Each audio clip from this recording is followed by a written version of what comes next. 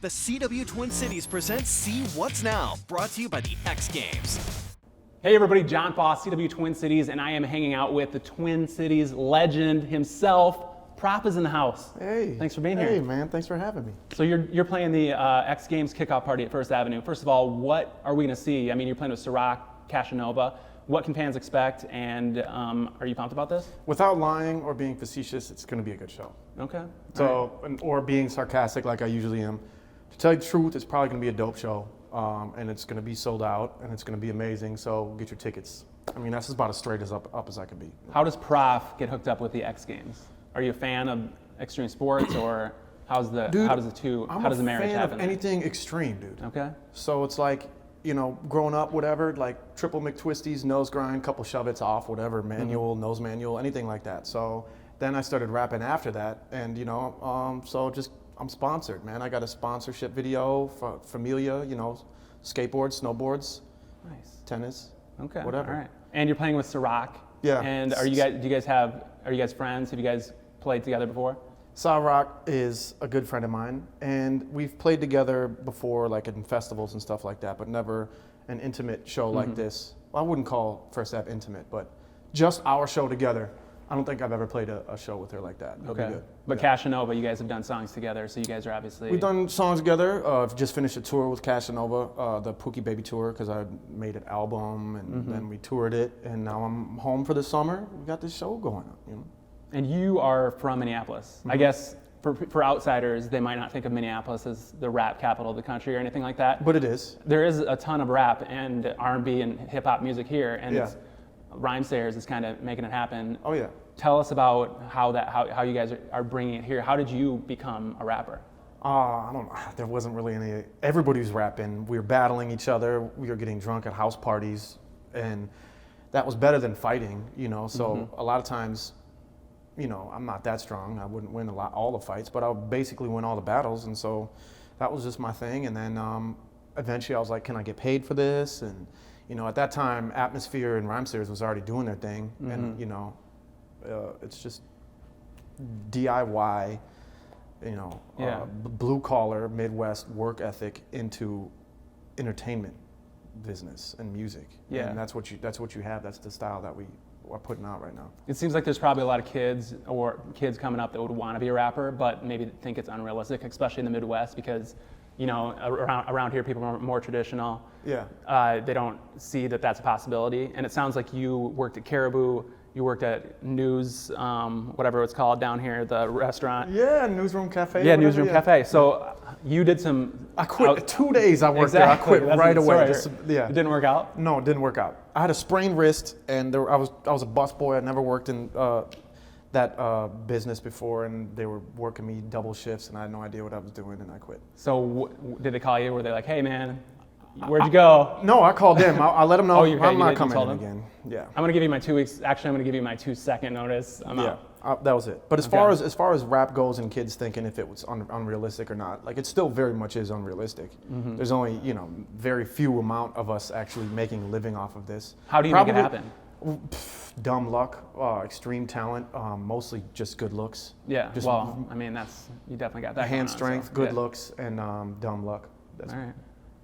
That's my advice to everybody. I say I'm asking for the kids, but I'm mainly asking for myself. It's never too late. I can tell. I can tell, man. All right, cool. So you grew up in Minneapolis? Yeah, I grew up in Powderhorn. Okay. Still got family, the family house there and everything like that. So. All right. What was your childhood like? It's in your song "Myself." You talk about your father burning your house down. Yeah. How does that happen? And tell us about your. How does that happen? Yeah. Oh man, how does your dad burn your house down? I guess fighting, poverty, probably mental disabilities, bipolar. Yeah. Were you there when it happened?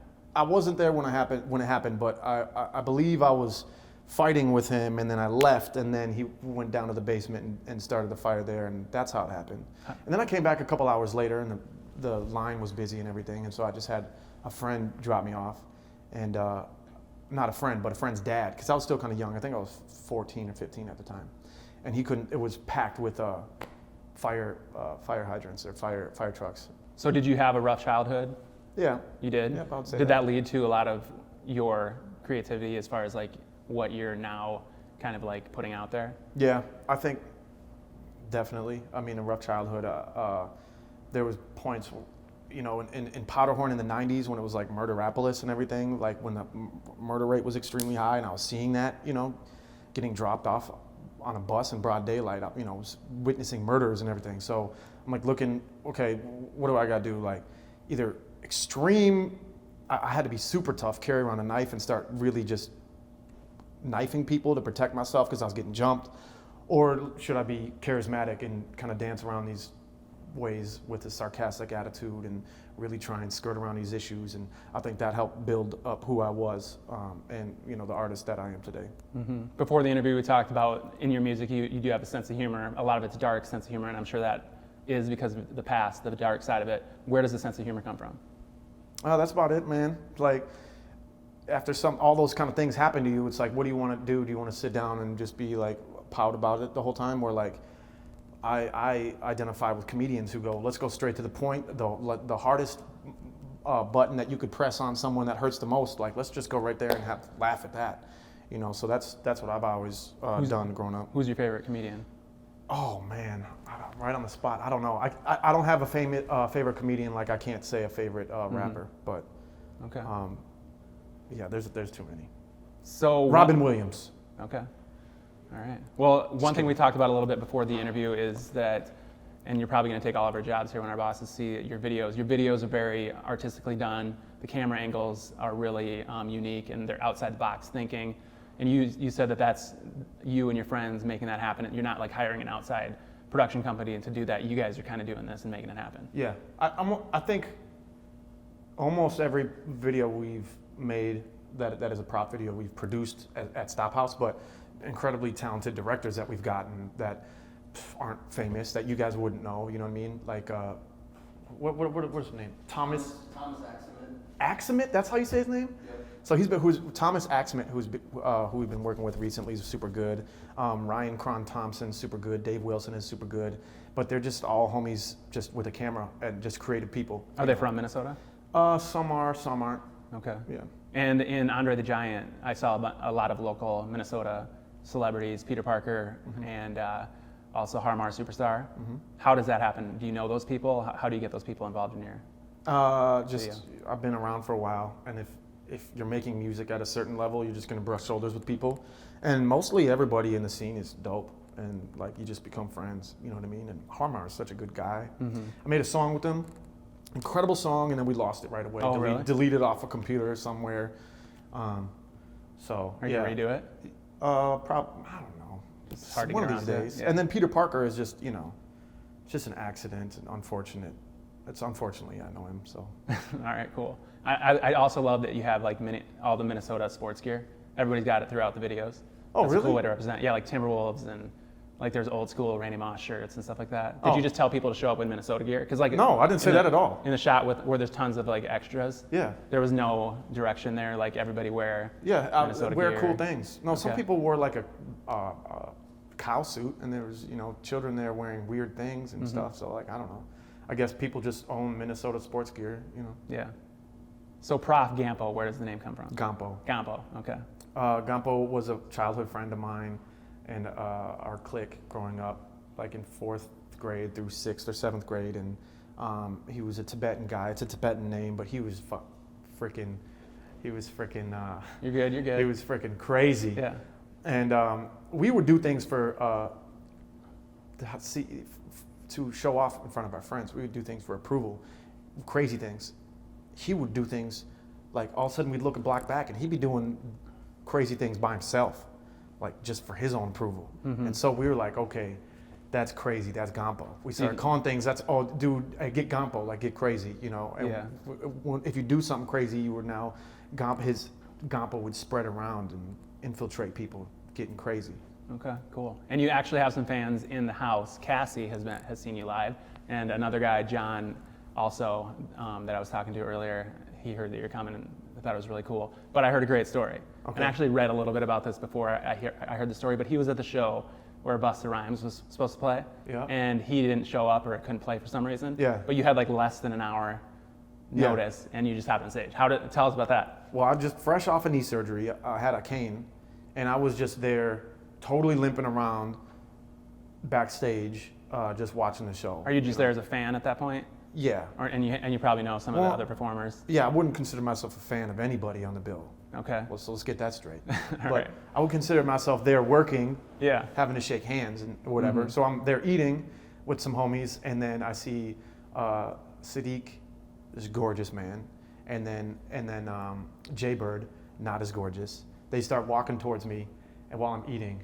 and I look back at my constituents here, and I'm like, what's going on? And then I go, no, and they walk up to me on the line, and they go, yep, because I already knew that Busta Rhymes was late. Okay. And so then it was just was he just a no-show, or did he get sick? He was a no-show.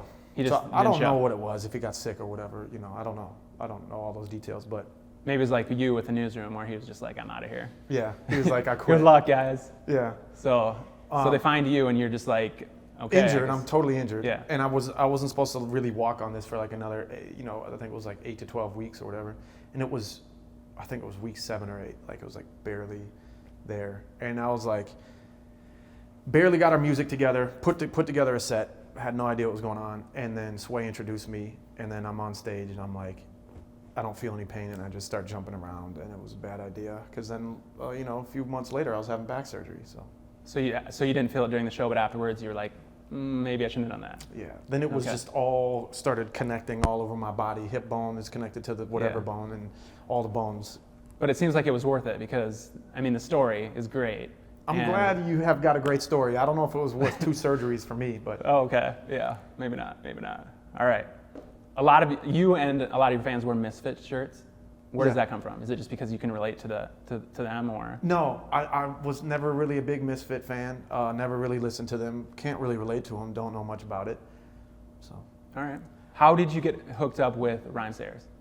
I just kind of knew everybody. I've known Ant for a really, really long time, because back in the day we used to drink a lot together at the Dinky Town or at the bar, and then he saw me performing there, and then we just get drunk afterwards, and we were kicking it for a very long time. And then he was friends with other people in our small label, Stop House, and then got to know Slug, got to know Sadiq, got to know everybody, and then got kind of popular, and then there it is. Nice. So your latest album, Pookie Baby, tell us a little bit about that. Pookie Baby is Grown and Sexy, more so than like Liability or Gampo or the other records that I've made. It's kind of like the most interesting man in the world on acid, a little bit more, like Pookie Baby as a persona. Like I can do an ayahuasca binge in like the in the jungle, or I could throw $100 bills with someone at the strip club, some famous rappers. I like to do everything. I like to fish. Pookie Baby's like a well-cultured, can just hop into anything and be cool. That is something that a lot of people don't associate with rappers with, fishing. How does that happen? You just like fishing? Check this out. We live in Minnesota, so land at so 10,000 I was raised in lakes, Minneapolis, and there's lakes all over in Minneapolis. So Yeah. like even like urban dudes can just grab a fish, or grab a pole and then fish. And then so I've never hunted anything. I've never shot anything. But once you got like an animal on the other end of your line, and you're like wrestling with some animal you can't even see, like that's pretty exciting to me. You know what I mean? What's the biggest fish you've ever caught? Probably about a 100-pound halibut. All right. It was like. What'd you do with it? Ate it. Nice. Killed it. Ate it. Threw it in the freezer? How big was the fish of the one-armed man? How big was the fish that he caught? I don't know. It was this big. Awesome. All right. Ashley Dubose. Yeah. She's been in here in the past. We've interviewed her. Oh, good. And now you guys have a song together. Uh-huh. How did you guys get connected? I saw her at the Caboose at some at a like a highlight night or I don't know what you call it, where a bunch of people get together and do their shit or their stuff. And I heard her sing, and I was ordering a beer in the back, and I ran right up there and was just listening to her, and it was like, she's obviously one of the best singers I've ever heard live or in person, or that ever to be out of Minneapolis. Like, she's just incredible. So then I was like, hey, I was like a fan. I was like, you want to work with me? Do you know who I am? And luckily she did, and we worked it out and made a song. Is she part of Rhymesayers, or is she signed at this point, or could she possibly be a Rhymesayers talent in the future? I think she could possibly do whatever she wants. It's up to Rhymesayers, but if they want to sign her, but she's extremely talented person. You mentioned your surgeries. How do you feel now? I mean, when you perform, there's a lot of you're going all out. Yeah. So how does that work? Do you still feel it now, or do you feel like you're completely back to 100%? I think I'm setting PRs basically in bench press, triceps extensions, squats. Nice. You know, If you need a spot, let me know. you wouldn't be able to handle it, man. Really? You know, So steroids. yeah. All right. Well, you just finished up a tour. When will you be touring again, and where can people see you? This isn't released yet, but I'm gonna say it anyways. Like, I'm probably gonna tour this fall. Pick up the Pookie Baby tour again and go out east is what we're trying to do right now. Nothing's locked down, but once school starts, we're gonna try and get out there sometime this fall. Okay. Will it just be you, or will there be other performers with you? There'll be other performers with me. I'm Okay. not quite sure who that is right now, but the Pookie Baby tour up until this point, the previous one that I just came from was like almost most big cities west of the Mississippi, and now we're gonna try and do most big cities east of the Mississippi on the second leg. All right. Well, if somebody pulls a Busta Rhymes, hit me up. All right. Oh, I'll be word. there. Okay. All right. Well, where can people learn more about you? www.me.com. All right. Google it. Okay. Or, no, actually, Perfect. I don't know what the website that is. That's got to be an expensive. So I website. can't say that. Address. Like, yeah. All right. There's other websites that'll trick you into things, so don't go there. You could probably Google it, yeah. Just Google Prof, Prof. Okay. That's about it. All right. Well, Twin Cities, check this guy out. Prof is going to be at First Avenue for the X Games kickoff party, July 19th. You can get your tickets at xgames.com/tickets. Prof, you're the man. Thanks for being here. Appreciate it, man. Appreciate That was it. fun.